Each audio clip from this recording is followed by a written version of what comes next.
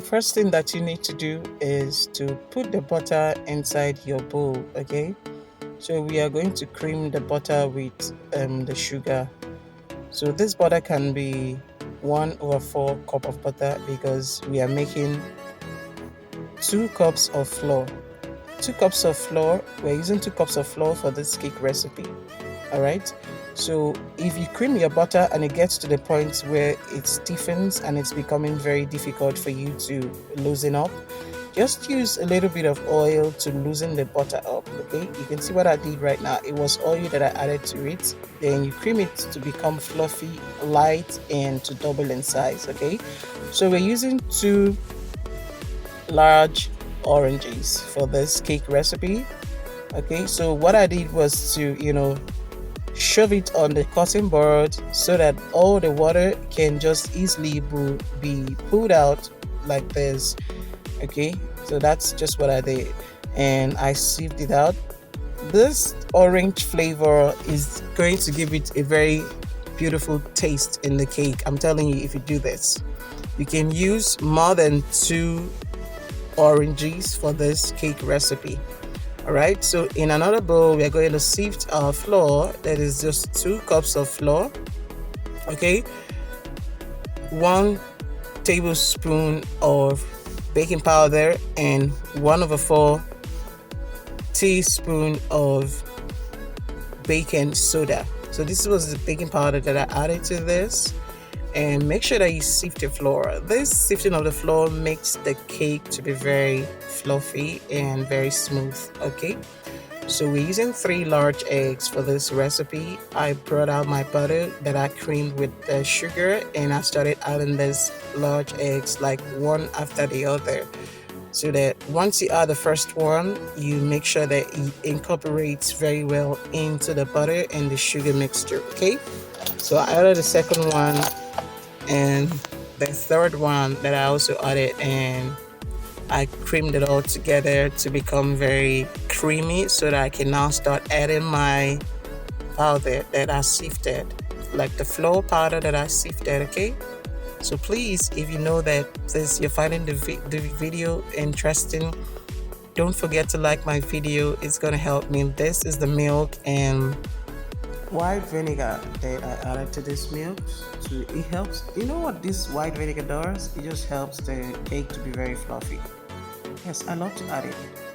So when I finished that, you can see what I'm doing right now. I started adding the milk and the flour bit by bit, so as to help me to be able to turn it very well, to become very creamy and not to get lumps inside of the cake. You can see how creamy it is.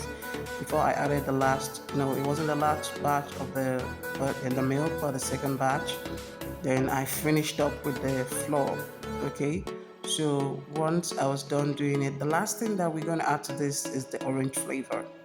Okay, that's the orange flavor, so that the orange flavor can infuse out of the cake, once we're done making the cake. So please don't forget to like my video.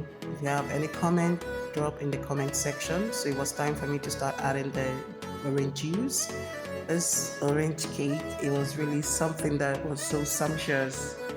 It was really delicious and very well. So after adding the orange juice, I turned it very well. Make sure that you turn this thing see how creamy this cake is. Make sure that you turn it to this point. Make sure that it becomes very creamy. It's going to make the texture of the cake to be very beautiful and fantastic. So I creamed my cake pan. I buttered my cake pan with a butter, or you can use oil. Sorry, I did not, show the moment where I was, buttering it. I just told you what I did, so that it to help the cake to easily come out. Okay, so I poured in the cake mixture into the pan.